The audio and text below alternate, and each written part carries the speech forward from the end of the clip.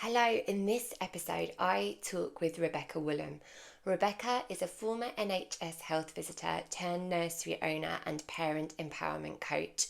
Within this episode, we talk about a whole range of different things, from being a mum with ADHD to raising neurodivergent children to realising that actually all parents struggle at different times and it's okay, and how we need to support each other.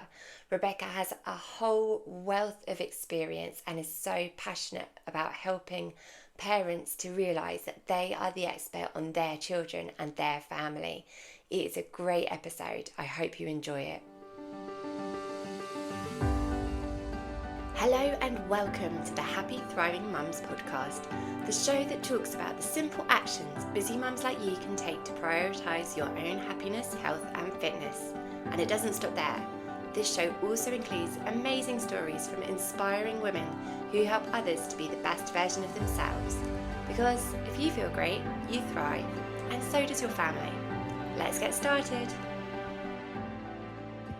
Hello, Rebecca. Welcome to the Happy Thriving Mums podcast. Thank you so much for joining me. That's all right. Thanks for having me.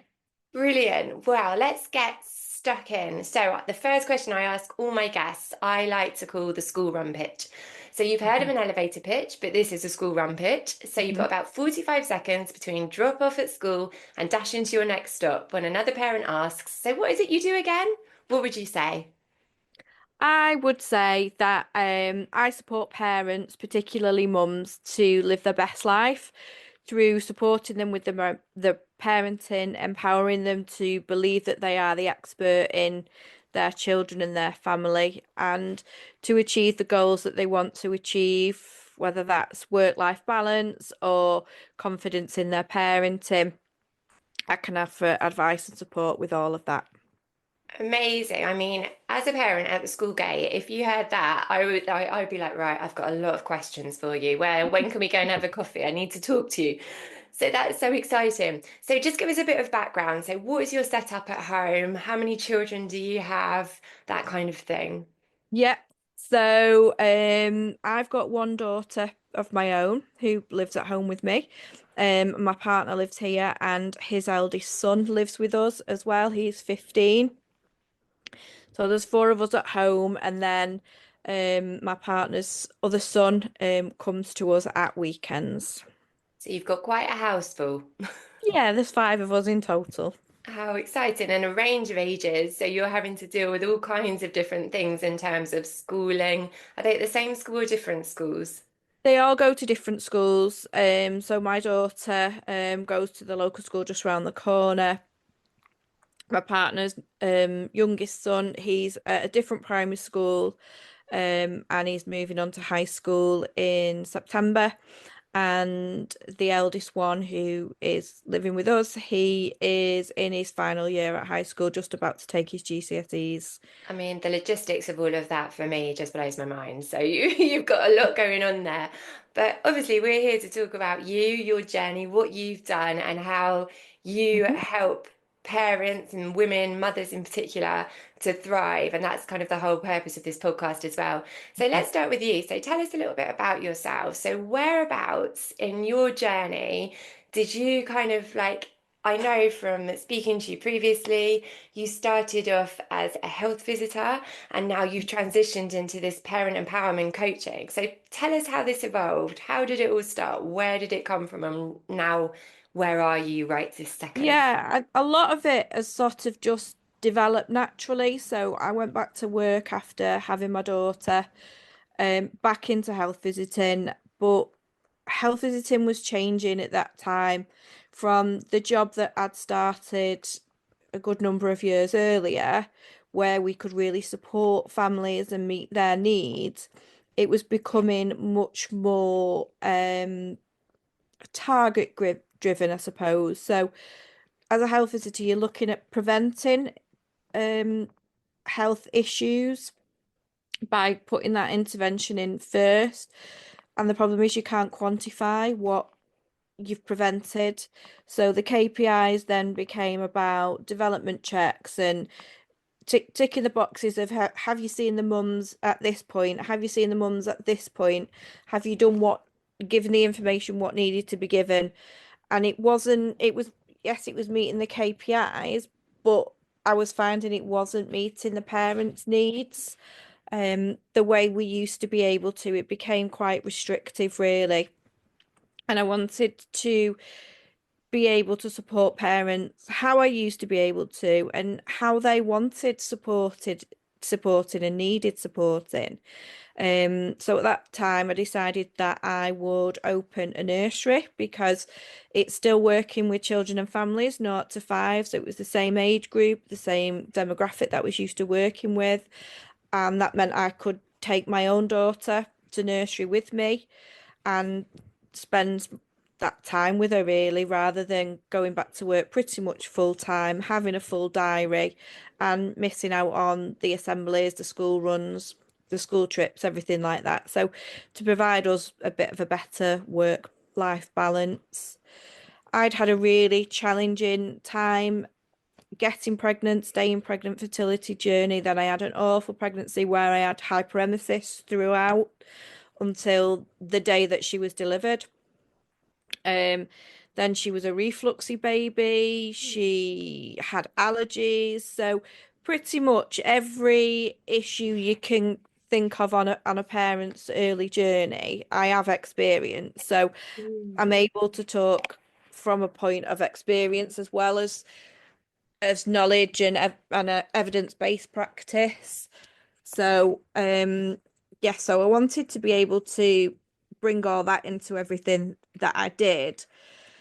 So we opened the nursery and that was in 2018. And then sort of as time's gone on, I have done different things along the way. During COVID, I worked on the test and trace project, which I know has had a lot of criticism. But I was there from the very beginning with that to support people. We remained open through COVID. When that project ended, I went on and worked with our local out of hours GP service as a clinician on the phone, supporting parents that were looking for advice from an out of hours GP. And then I just felt I loved supporting parents. It's what I trained for and what I live for really. And I wanted to take it to the next level and do that again in a way that I wasn't restricted in doing it. So nursery's in a really good position. We've got a fantastic manager in post who has taken over pretty much all the day-to-day running, which has freed me up to look at other projects. And that's sort of when the parental coaching, empowerment coaching came more to the forefront. And I've written a course which I'm really, really proud of, which is not your standard parenting course. So, the very beginning, we look at foundations of parenting and your early parenting skills, but it focuses much more around empowerment, knowing that you're the expert on your baby, trusting your instincts, having realistic expectations of yourself and your baby, knowing who to go to for advice and support, and building that network, finding your tribe to really thrive in your parenting. And alongside that, just in case that wasn't enough, I I'm also an independent travel agent. So before I went to uni and did my nursing, which you have to be a nurse before you become a health visitor, I was cabin crew. So I've got a love of travel. I was very privileged when I was young to see a lot of the world with my parents, and I want to be able to give my daughter, and my family that opportunity that I had. So work as an independent travel agent and supporting other parents, particularly mums, to get that work-life balance and earn through travel so that they can earn an income if they need to support themselves on mat leave, or they're looking to maybe not go back full time or not go back to work at all, then I can support them with that as well through travel. Well, Rebecca, I really don't know where to start. I mean, there's so much there. And the key thing that I've taken away is just how passionate you are about supporting women on this motherhood journey. Yeah, And from absolutely. all of those things that you firstly do or have had Mhm. experience in doing to your personal experience with your pregnancy journey and your Yeah, daughter and all the challenges that you had there, it is so clear that you have got a wealth of knowledge and experience, which is kind of vital. And the way that you explained it, and please correct me if I'm wrong, but it sounds like you kind of help mothers in a bespoke way, which absolutely. Yeah. I think is kind of it's quite unusual actually, because I think, as you said, I remember when my children were small and babies, you feel, well, I felt, I don't know if I had a bad experience or from what you said, it sounds like it might be a fairly common experience of almost like you're just another number. You have to go through these visits, you have your ticked off, everything's okay. But actually, if you had the time as a health visitor, because I think health visitors are incredible, and my son was actually born early, so I had a bit more support than some mothers may have not had because of premature birth of my son. But I kind of feel that you're part of this line to a degree where they want to help you and they want to give you extra time, but they just can't. And that must be heartbreaking because I think if you go into that profession, you're not just going in there to tick boxes, you're going in there to make a real difference and to really help people.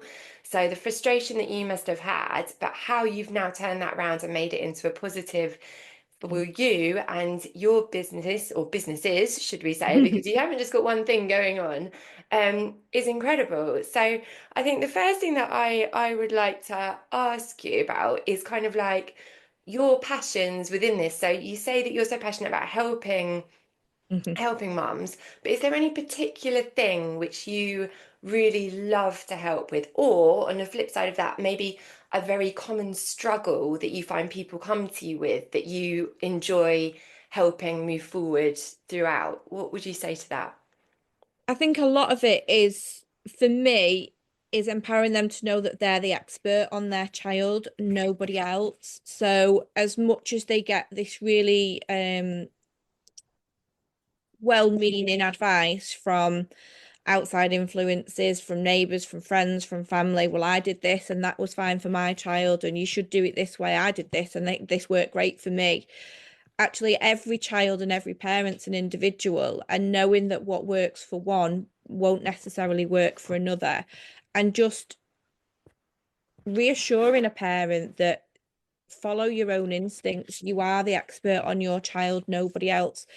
You can meet experts in sleep and parenting in any field, and they're the expert in that field generically. They're not the expert in your baby and everything that goes on behind your closed door. So just empowering them really to believe in themselves and that they can live the life they want without it needing to be a struggle. So much low mood that you see in early motherhood is not actually sort of classic depression from hormones and chemical imbalances.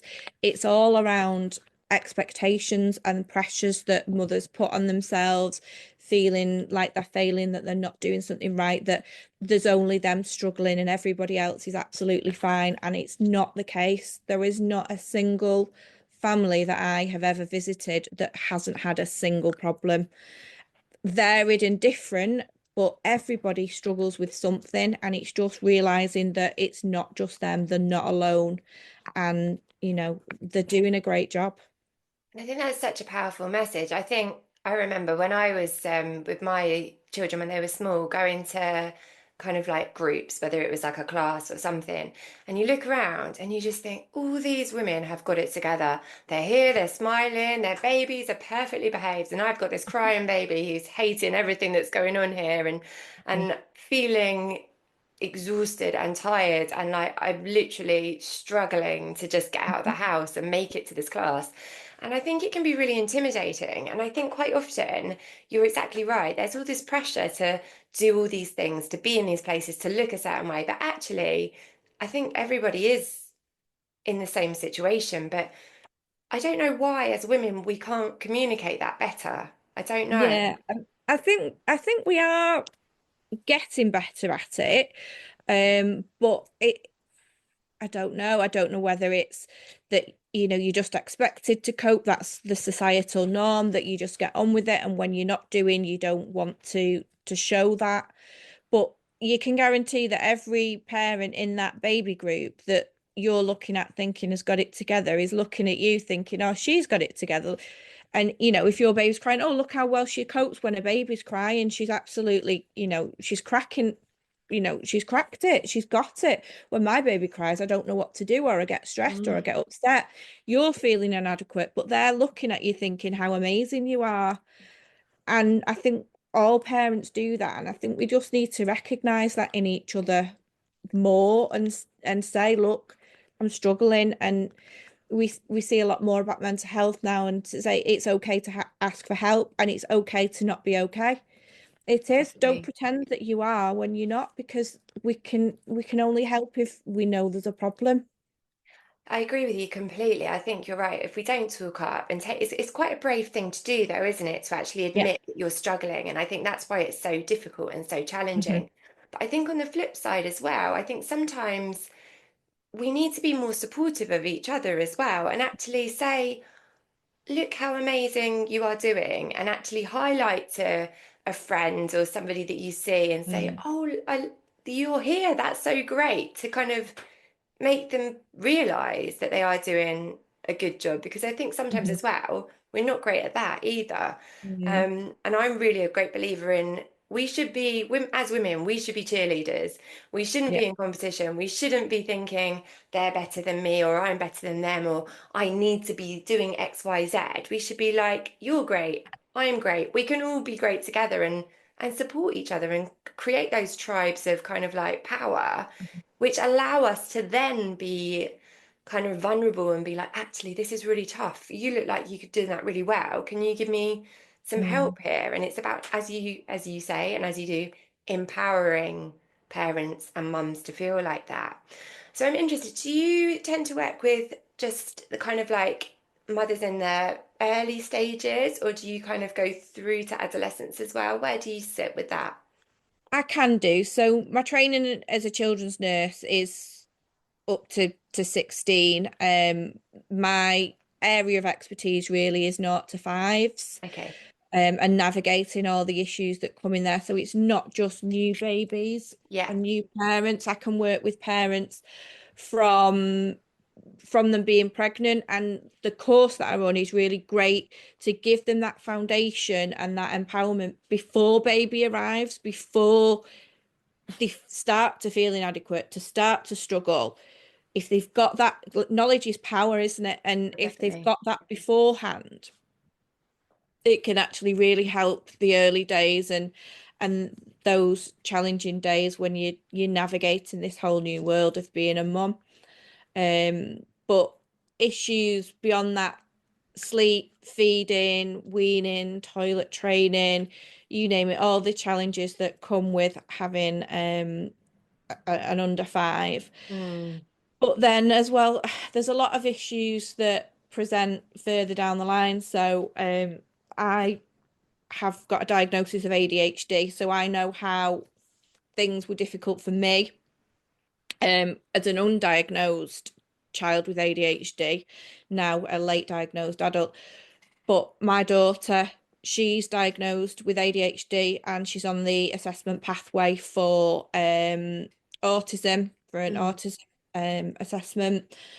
She has issues, she struggles, she's obviously had health issues, so I've got a lot of experience sort of in the SEN world, special educational needs, from my own experiences, my experiences with her working in nursery and supporting children who are not neurotypical, your more neurodiverse children, and identifying that and putting the support in. My partner's youngest son, he is diagnosed with autism. He's going into specialist provision in September, so there's a lot of experience in the house. Mm. And then obviously up to the eldest, who's 16 tomorrow. Um, so like I can support, and I can share a lot of personal experience from processes and systems and battles that I've had to fight for my family and for myself, as well as what I've done professionally. So I can support all the way up to 16 into adolescence. But primarily my experience is the 0 to 5s and the SEN. I think from what you've said, I'm a teacher as well, Mhm. and I know that those diagnoses for those children who are neurodivergent can be so challenging because firstly, it's very difficult to get the assessments in the first place. Yeah. And so I think you as a kind of more of an early years practitioner, having that experience and also being able to support parents with that journey is actually very unusual because a lot of parents might know that there's something with their child which they don't see as, for want of a better word, kind of more typical of maybe what expectations are or what society portrays. But to actually kind of then know how to navigate that is really challenging. And Yeah, you the don't systems are want really hard. yeah, and you don't want your child to be at any disadvantage Mhm. throughout their kind of experience or education. And so to have that advice that you can also provide is invaluable, I think. So, I mean, you've got such a wealth of knowledge and experience within you, which is amazing. And it's clear that who you help must just like love working with you and love how you can empower them to kind of be a better version of themselves. So thinking about you now, Rebecca, Mhm. running a business or businesses as you have and being a mum can be tough. So Oh, frustration. what does happy and thriving mean to you personally and professionally? And how do you try Mhm. and kind of prioritize yourself so that you feel that Yeah. you are empowered and thrive yourself? So for me, happy and thriving means I'm happy, the children are happy, the family's happy, the home's happy. Um, that doesn't mean there's no ups and downs because family life has ups and downs.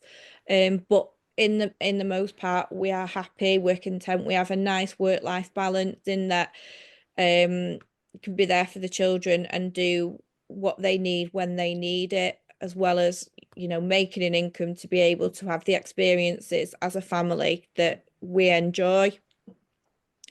And making sure that like the children are supported in their life outside of the home.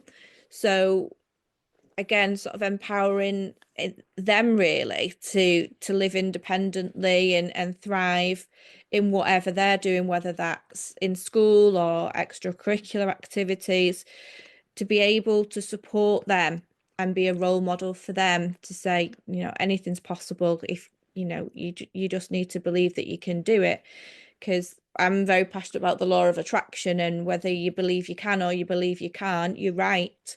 Mm. So, by supporting them to believe that they can, then anything's possible. You can achieve whatever you want. I love that. I've started looking into that a bit more and manifestation. I just think it's fascinating and it's all about mindset, isn't it? And it's all The about power of what the mind is oh, massive, and that's why sort of empowering parents to believe that they can do it is a massive step forward, because if they believe they can, and if they believe they can't, they're going to struggle. So we just need to remind them that they can and follow their own intuition. I love that quote you just said, whether you believe you can, or if you can't, you can't. It's so Mhm. true. It's so Yeah. true. So, from your experience, personally Mhm. and professionally, have you got any advice or tips that you would like to pass on that people can then go away and try practical, easy things which you advise that can help these mums to thrive? Yeah, so back to mindset really, and having a positive mindset. You might feel like you've had a really, really tough day. It's been really hard. The power of gratitude is massive in turning that around. So if we go back to the example of going to the baby group and your baby was crying, the gratitude in that you managed to get out, you managed to get a change of scenery, you was able to comfort your baby. You're grateful that maybe another mum just came and sat and spoke to you. All those little things throughout the day, to find gratitude in that, when you come to the end of the day, you think, actually, when you review all that, it wasn't the worst of days. There were challenges, but I'm grateful for the day that I've had because I've learned things or I've overcome things that I didn't think that I could.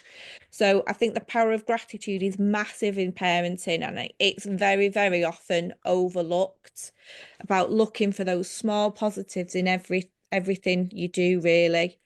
Um, Another is just asking for help. I'm struggling. I'm finding this difficult, because I can guarantee that every other parent is finding something else difficult. And if you open up to them, they're more likely to open up to you. And you've then got this village, with the old phrases, it takes a village to raise a child, and it absolutely does. But you need to support each other. And if you are able to openly say, I'm struggling with this, then you're there to access the support for yourself, and support others, and also not feel quite so alone. Completely agree. I think you're so right. Just to raise it, you need a village to raise a child and raise yourself, I think, as a mother. You need some Yeah. people there to support you too. So, positive mindset, the power of gratitude. And I love, like, you're so right. Gratitude is so powerful. And if we actually look around and see, there are so many little tiny moments of magic within the day.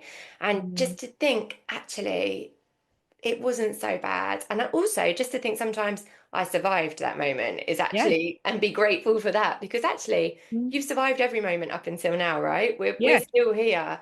And that is such a thing to be celebrated. And I Yeah. I thought, mean, there is a free download, which was the first free download that I put on my website, which is a parental gratitude challenge, just to get people in that mindset of reviewing the day in a positive way. And you feel so much better. Some parents do feel like failures, and they're absolutely not. If you're feeling like a failure, that's the first sign of knowing that you're not a failure, because if you didn't care, you wouldn't be bothered. Um, but just to start sort of looking at the positives in each day is massive. I love that. And let's put a link to that in the show notes as well so All people right, can yeah, that's find fine. it. Yeah. And then, secondly, as you said, asking for help. I mean, how often do we feel scared asking for help? And when you think about it, it's ridiculous. Like, asking for help is one of the simplest and easiest things that you can do to try and turn things around, which is. It's empowering. I've used this word so many times, but I think Mm. everything you're saying, it is empowering, and it's easy ways to try and empower yourself to be the best version of you. I've got one other question. I don't know what you think about this one. If you had a magic wand, Mm-hmm. what one thing would you change for working mums everywhere? Oh gosh, that's a really hard one. Sorry, challenge you at the end here. I think the thing that I would change the most, and probably is a little bit out of the box for what a lot of people would answer, is that no parent ever felt guilt for working, because by going to work, you are providing the best possible life you can for your child. And so don't ever feel guilty for going to work. I think that's a really good one, because I think there's so much mum guilt, isn't there, about doing Yeah. everything, and you feel like you should be at home, but then you need to work and you want to provide and you want to do all the things and you want to look after yourself. But actually, that would be an amazing one. I think that's a really good one, actually. Yeah, So I thank I, you. I put a reel on Instagram the other day, because I still get it now, like I'm not the perfect parent, and I struggle with everything that everybody else does. I just try and sort of bring myself back to the strategies that I teach and support people with. I'd had a really bad drop off at school with my daughter, and really, all I wanted to do was go, it's okay, you don't have to go to school, wrap her in my arms and take her home. But she needed to go to school, and I needed to go to work, to a meeting in Manchester. And I felt so guilty for that, and pulled myself back and was like, but remember what you're doing it for. Like, I'm being that role model for her, and I'm doing it for her and my family, that, we have to work. We have to Yeah. do that. And that we have to go to school, like, and model Mm. the behaviors that we need to do, even if at that moment in time for us we don't want to Yeah. do it. I had a very similar situation last week myself, actually, so I can completely Mm. empathize with you. And it's painful, isn't it? Inside, there's every part of you Yeah. that just wants to be like, okay, we won't do this today, it's fine. But actually, behaving in the right way and teaching them that Mm, that's why you're doing it is really, really important. So yeah. thank you for sharing that. So Rebecca, Yeah. where can people find you? What's the best place for them to find you? Um, so I'm on TikTok. I've got some advice videos on there which I've headed up. So if anyone's looking for any specific advice, they can go on there or just generally follow me. I'm on Instagram now. That's quite a new thing. I am on Facebook and LinkedIn as Kinder Coaching, which is my parental empowerment coaching. And I've also got a new group on Facebook as well, the Parenting Sanctuary, which is my aim is to build a village to support parents where parents can come and ask advice and get, genuine support without judgment. Amazing. And I'll put all the links to those in the show notes so that people can come and find you. But thank you so much, Becca, for being a guest. It's been amazing hearing about all these. Oh, I just don't know how to keep up with yourself. I can't keep up. But it's been so lovely for you to share all of this with you, with us. So thank you so No much. worries. Like I said, thank you for having me. Absolute pleasure. Thank you.